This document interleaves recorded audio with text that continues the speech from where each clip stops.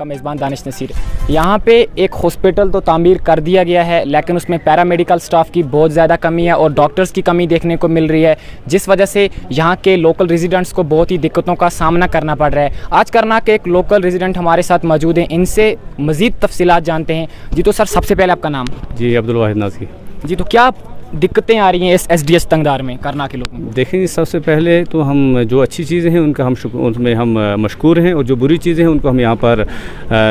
Identify करने की कोशिश करेंगे। जहाँ तक यहाँ पर जो स्टाफ यहाँ पर इन्होंने तैनात किया है, हम उनके बड़े मशकूर हैं। वो इस बड़ी आबादी को यहाँ पर हैंडल कर रहे हैं। हमारे मुख्तलिफ़ किस्म की बीमारियाँ यहाँ पर रोनमा हो रही हैं, बहुत आए दिन यहाँ पर हादसा रोनमा हो रही हैं, क्योंकि बॉर्डर इलाका है। कोई दरख्त से गिरा, कोई मकान से गिरा, कोई पहाड़ी से लुढ़क गया, और कोई किसी जगह पर कोई गाड़ी एक्सीडेंट हो गई। ये बेचारे हर तरह से अपनी तरफ से जो खिदमात हैं वो अपनी पहुंचाने की कोशिश कर रहे हैं, लेकिन सरकार की तरफ से जो रियायत होनी चाहिए, सरकार की तरफ से जो यहाँ पर अवेलेबिलिटीज़ होनी चाहिए, यानी कि ये जो अस्पताल है इसके अंदर जो वैकेंसीज़ हैं वो 27 डॉक्टर्स की हैं, लेकिन इस वक्त जो यहाँ पर तैनात हैं वो 12 डॉक्टर कुल यहाँ पर हैं। और पैरामेडिकल स्टाफ के बारे में जहाँ तक बात करें, यहाँ पर 118 के करीब उनकी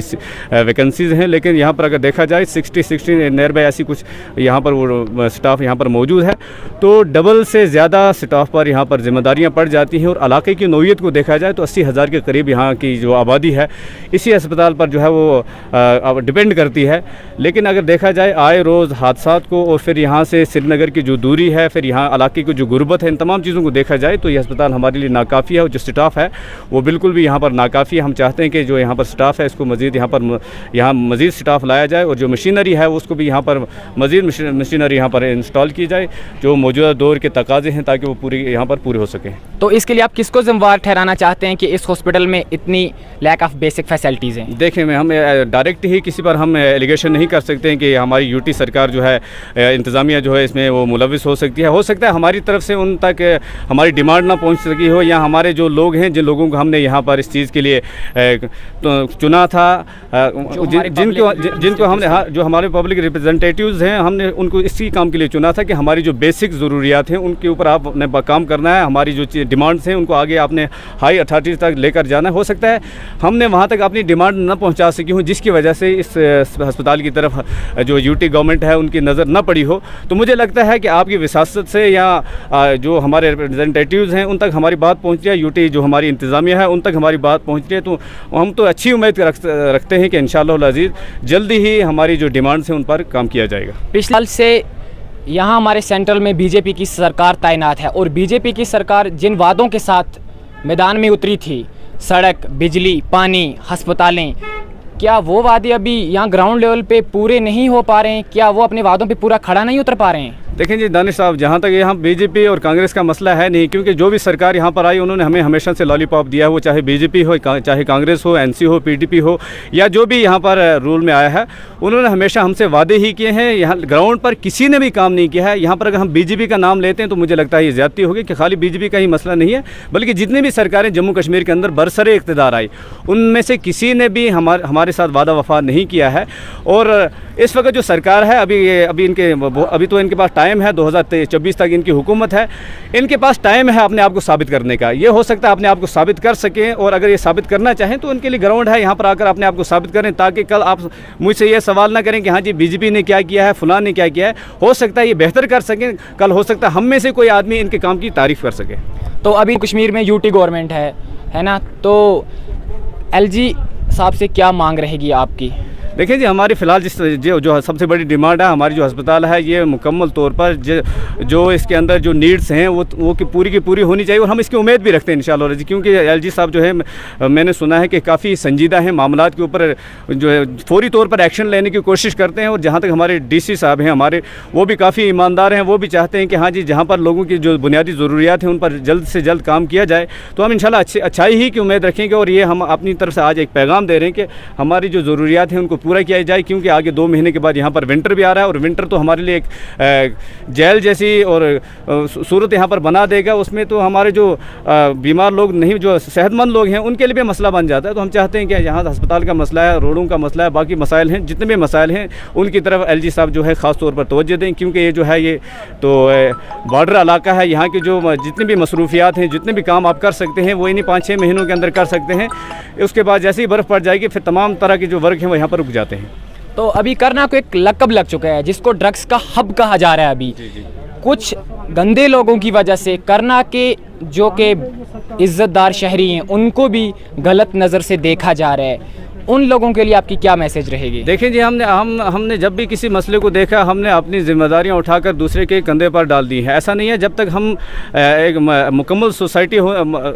سوسائٹی ایک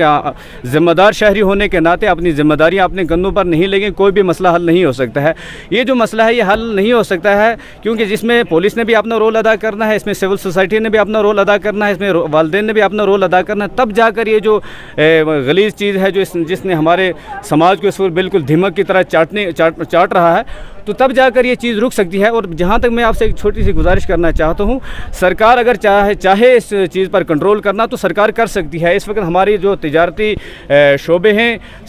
ہم سب چاہتے ہیں کہ تجارتی شعبے جو ہیں یہاں پر بحال ہونے چاہیے، لیکن سرکار کی طرف سے اوپر سے SOPs اس طرح کی ہیں کہ ہاں جی کورونا کی کچھ مطلب ایسے گائیڈ لائنز ہیں جن کی وجہ سے آپ کو اپنی تجارت کو فی الحال کچھ ٹائم کے لیے بند رکھنا پڑے گا. 100% جو لوگ ہیں وہ چاہتے ہیں کہ ہاں جی جائز کاروبار ہونا چاہیے، اس کے باوجود بھی سرکار نہیں چاہتی ہے، نہیں ہو رہا ہے اور نہیں ہونا چاہیے کیونکہ جس چیز سے انسانیت کو نقصان پہنچ رہا ہو وہ چیزیں نہیں ہونی چاہیے. اب 5% لوگ اگر ڈرگ کے کاروبار کے اندر مبتلا ہیں تو مجھے لگتا ہے کچھ نہ کچھ سسٹم کی کمزوری ہے جس کی وجہ سے 5% نہیں رک رہا ہے. غلط 5% بھی ہم نہیں روک پاتے ہیں اور صحیح جو ہے وہ 100% بھی ہم روکنے کی طاقت رکھتے ہیں. تو ہمیں سوچنا پڑے گا، ہمیں بھی سوچنا پڑے گا اور سرکار کو بھی سوچنا پڑے گا اور انتظامیہ کو بھی سوچنا پڑے گا کہ ہم سب نے مل کر یہ جو تینوں کارنر ہیں یہ تینوں مل کر اس پر کام کریں گے تو انشاءاللہ ایک دن ضرور آئے گا کہ کرنا کی جو شان تھی، کرنا کا جو نام تھا، کرنا کی جو پہچان تھی پھر سے بحال ہو جائے گی. کرنا کے لوگ جو ہیں یہ انسانیت نواز ہیں، کرنا کے لوگ جو ہیں وہ امن پسند ہیں، کرنا کے جو لوگ ہیں وہ ایک دوسرے کے خیر خواہ ہیں، کرنا کے لوگ جو ہیں وہ کسی بھی غلط حرکت کے اندر مبتلا